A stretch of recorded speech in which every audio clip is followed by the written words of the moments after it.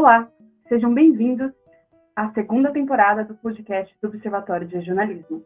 O podcast que traz especialistas, professores e profissionais para discutir os inúmeros temas que abarcam os estudos sobre o regionalismo e a integração regional ao redor do globo. Meu nome é Bárbara Neves e eu serei a host de vocês nessa temporada. No episódio de hoje, temos como convidado o professor Dr. Cairo Junqueira, pós-doutorando pelo Programa de Pós-Graduação em Relações Internacionais Santiago Dantas, da Unesp, da Unicamp e da PUC de São Paulo. Ele também é professor do Departamento de Relações Internacionais da Universidade Federal de Sergipe e atual coordenador do Observatório de Jornalismo. Bem-vindo, Cairo. Olá, Bárbara. Um prazer estar aqui com você e com quem nos ouve também. Bom, nesse mês de setembro, o Observatório de Jornalismo vai lançar a mais nova edição da sua revista Cadernos de Jornalismo ODR, sobre os planos de governo dos presidenciáveis para as eleições brasileiras de 2022, principalmente analisando os projetos de política externa desses candidatos. Então, a primeira pergunta que a gente traz para o nosso podcast hoje é: qual a importância desse dossiê e de se analisar e discutir os planos de política externa dos candidatos à presidência do Brasil?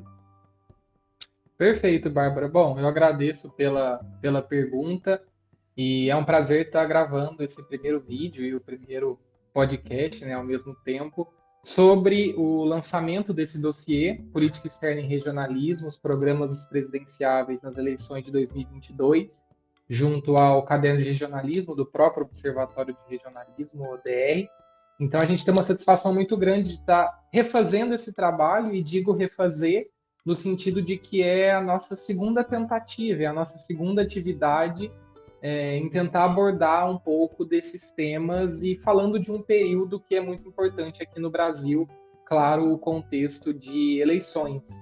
A gente fez a nossa primeira atividade com um dossiê em 2018, há 4 anos, e agora a gente retorna com essa nova conjuntura, se é que eu posso assim dizer, para fazer uma releitura e tentar compreender o que os presidenciáveis eles estão trazendo em termos de política externa e de integração regional e regionalismo para o debate agora, já que nós estamos iniciando setembro e temos aí praticamente um mês até o primeiro turno das eleições, dia 2 de outubro de 2022 aqui no Brasil.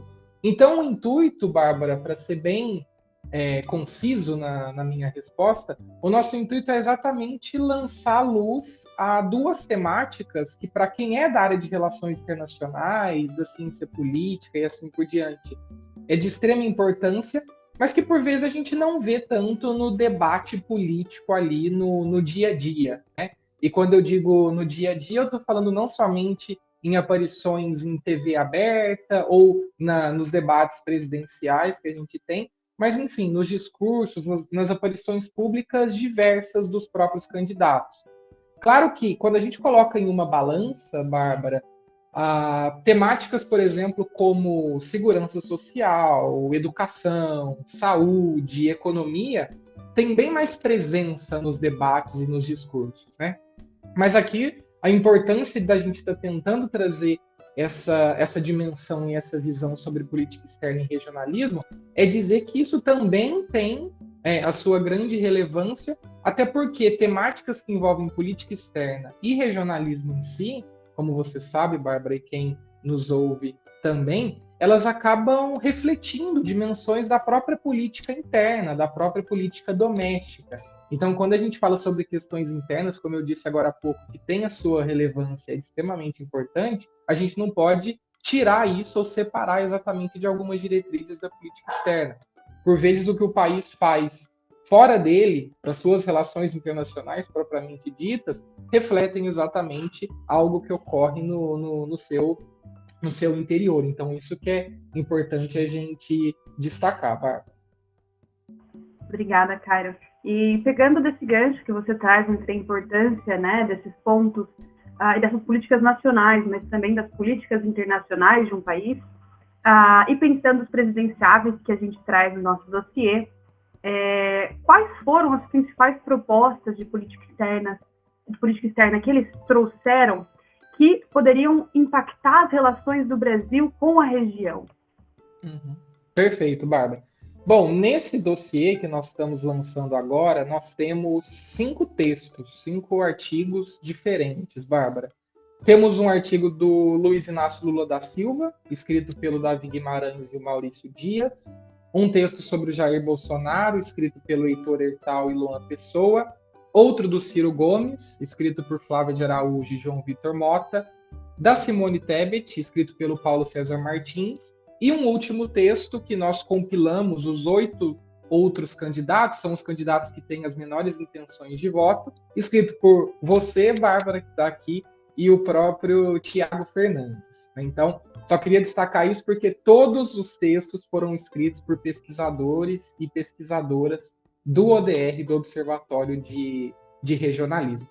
O que a gente percebe, Bárbara, quando nós fizemos essa divisão e com cada escrita, com cada texto, o que é uma questão tanto quanto óbvia, mas a gente percebe aí diferentes perspectivas em 2 sentidos, né?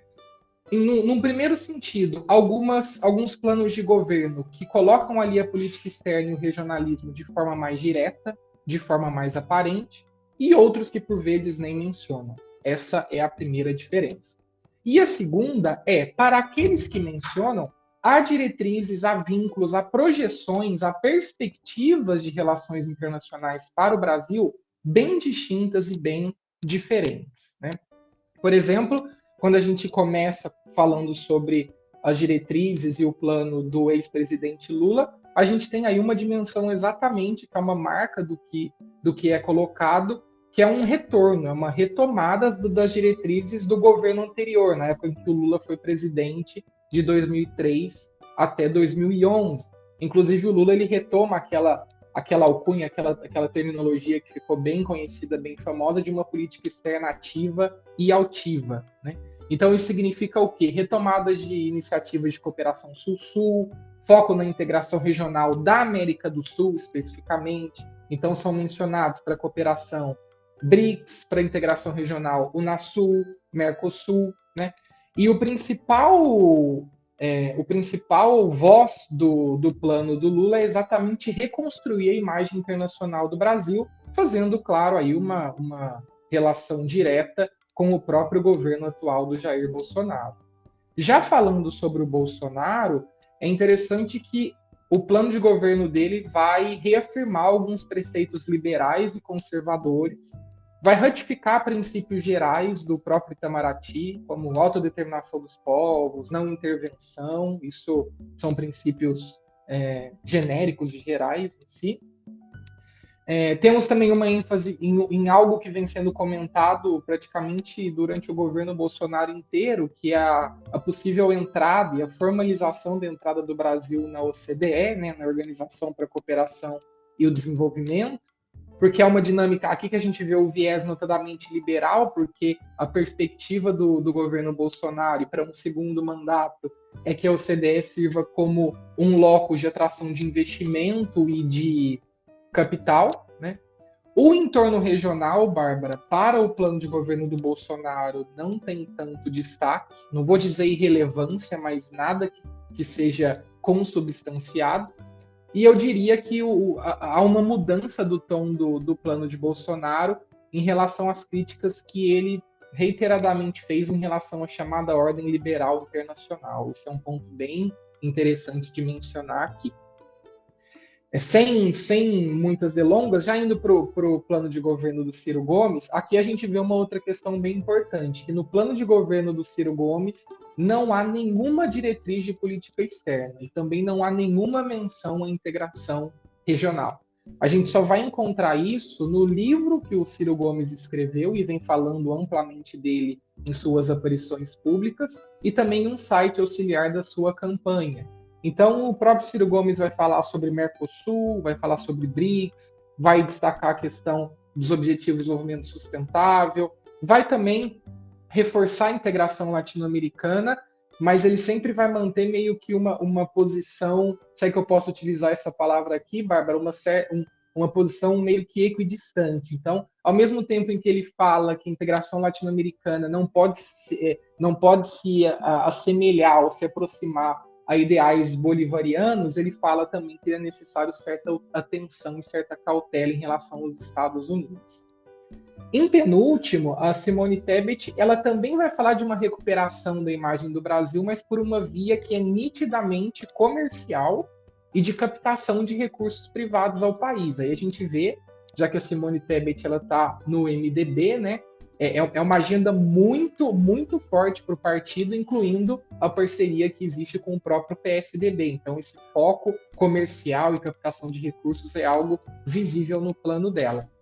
Ela também, a Tebet, ela vai falar da participação em instâncias multilaterais, ela destaca a Organização das Nações Unidas, a Organização Mundial do Comércio, a própria OCDE, que eu já havia mencionado, e o Mercosul ele tem destaque no plano da Simone Tebet, Bárbara, mas é aquilo, o Mercosul ele tem destaque quando se fala em uma agenda de livre comércio, de liberalização comercial e nada que vá além disso.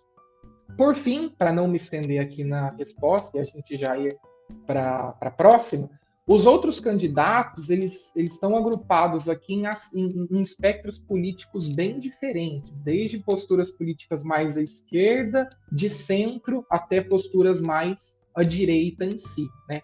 Então nós temos, por exemplo, Vera Lúcia, do PSTU, Sofia Manzano, do PCB, a própria Soraya Tronic, que participou do último debate presidencial, figuras já conhecidas como Roberto Jefferson, o Emael e também o próprio Felipe Dávila, que também esteve presente no debate. Então nós temos aqui figuras políticas de signos políticos muito distintos. A par dessas diferenças políticas e ideológicas, como resumo, como um apanhado geral, nenhuma dessas candidaturas apresenta uma agenda de política externa com certas novidades, com certas inovações. Então, ora, posturas mais à esquerda reafirma compromissos com governos que são mais à esquerda ou com iniciativas regionais mais à esquerda. Eu poderia citar aqui, por exemplo, o próprio caso da ALBA e, em determinado ponto, a própria Unasul. E candidatos mais à direita, eles ficam mais ratificando a necessidade de abertura comercial como uma linha central para os processos de integração regional. Então, não sai muito dessa perspectiva, né?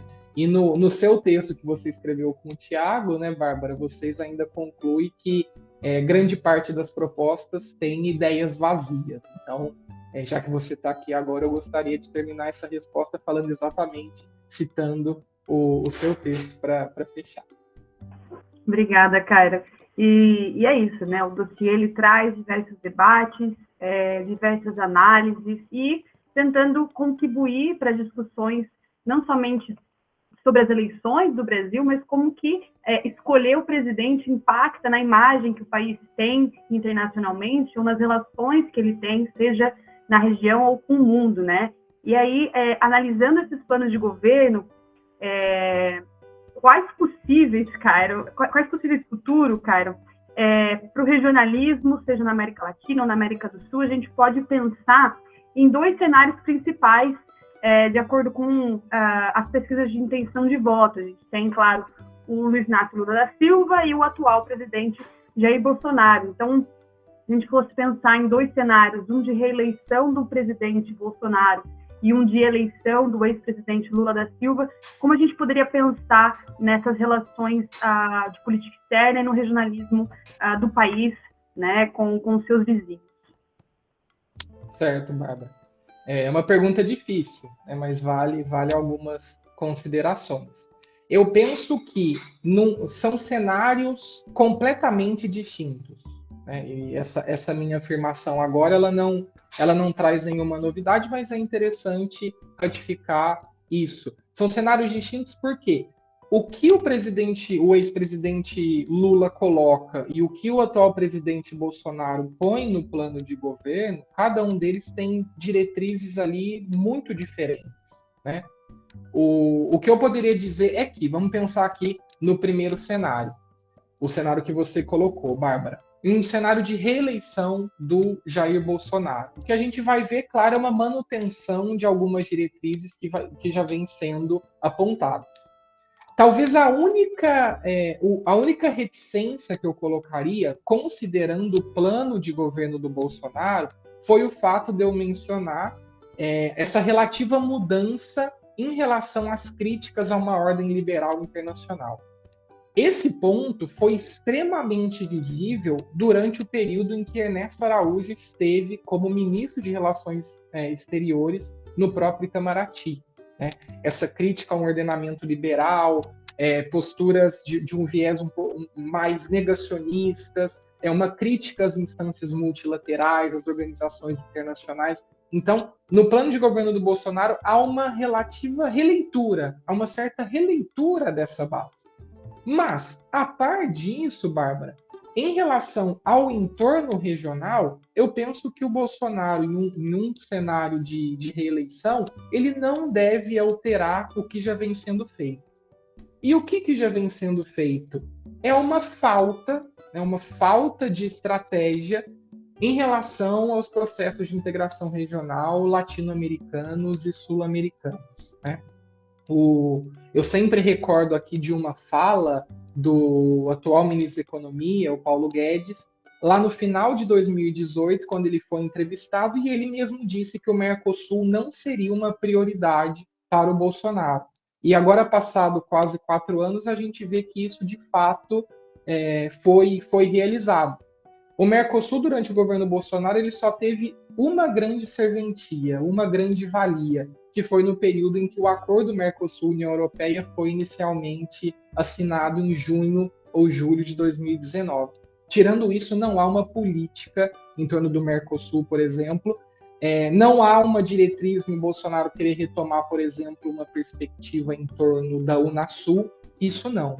Né? Tanto é que nós tivemos a criação do próprio ProSul, então não digo nem que é uma iniciativa regional, um bloco regional, mas o ProSul simboliza também essa releitura que o próprio governo Bolsonaro deu em relação à integração regional. E em caso de uma reeleição dele, o entorno regional aqui continuará não sendo uma prioridade. Em relação, para fechar agora a minha resposta, Bárbara, o Lula está liderando as pesquisas e pensando nesse cenário de que ele será eleito. Penso que aí sim a gente vai ter um novo processo, e eu coloco o novo processo entre aspas aqui, eu falo novo em relação ao que nós temos hoje, né? Porque uma das grandes críticas que é feita ao plano de governo do Lula é exatamente sempre essa perspectiva de um retorno, de uma retomada. Então, assim, é como se a gente voltasse ao que foi feito antes e isso seria completamente ou 100% aplicável hoje em dia. E o contexto mudou, né? A gente sabe isso, o contexto latino-americano e sul-americano, agora no início dos anos 2020, é muito diferente de 20 anos atrás, né? Quando o Lula chegou à presidência em 2003. Então, nós temos que ter um certo cuidado também em relação a isso. A par dessas questões, o que nós teremos com o Lula em comparação com o atual governo? Uma mudança exatamente nesse prisma. Se o Bolsonaro ele não dá destaque, ele não dá ênfase às perspectivas integracionistas aqui na América do Sul, por outro lado, o Lula, se ele for realmente eleito e se ele retomar o governo anterior, daquela política externa ativa e altiva que eu comentei, aí sim a integração regional, latino-americana e principalmente sul-americana, né, o foco na América do Sul, isso será retomado. Ou seja, são dois cenários completamente distintos. Em relação ao segundo cenário de uma vitória do Lula, a gente tem que ver até que ponto retomar a essa perspectiva da década de 90 é de fato algo que solucionará os nossos problemas. E claro que eu falo de solucionar problemas que são problemas, por vezes, históricos, estruturais, e a gente não consegue mudar isso da noite para o dia. Mas aqui o ponto que eu quero destacar é exatamente isso. É necessário, na visão do Lula, é necessário retomar essas diretrizes anteriores, e o que ele fala de reconstruir a imagem internacional do Brasil? Sim, mas a gente tem que ver como que isso também isso tem que ser modificado de acordo com novas demandas que são muito sui generis do cenário internacional hoje, das relações internacionais hoje, e que mudaram em relação a 2 décadas passadas, Bárbara. Obrigada, Cairo. A gente vai ter que continuar acompanhando, né, principalmente o desenvolvimento das eleições, dos debates políticos, e é isso que é com isso que o Observatório busca, né, contribuir com esse caderno que vai ser lançado agora em setembro. Então, mais uma vez, eu só queria agradecer o Cairo. Já agradeço a todos que estão nos ouvindo. Muito obrigada, Cairo. Eu que agradeço, Bárbara. Foi um prazer. E espero que todos e todas tenham interesse em ler o dossiê, que estará diretamente no site do Observatório de Regionalismo, de acesso livre, gratuito. E é isso. Muito obrigado. Espero que gostem.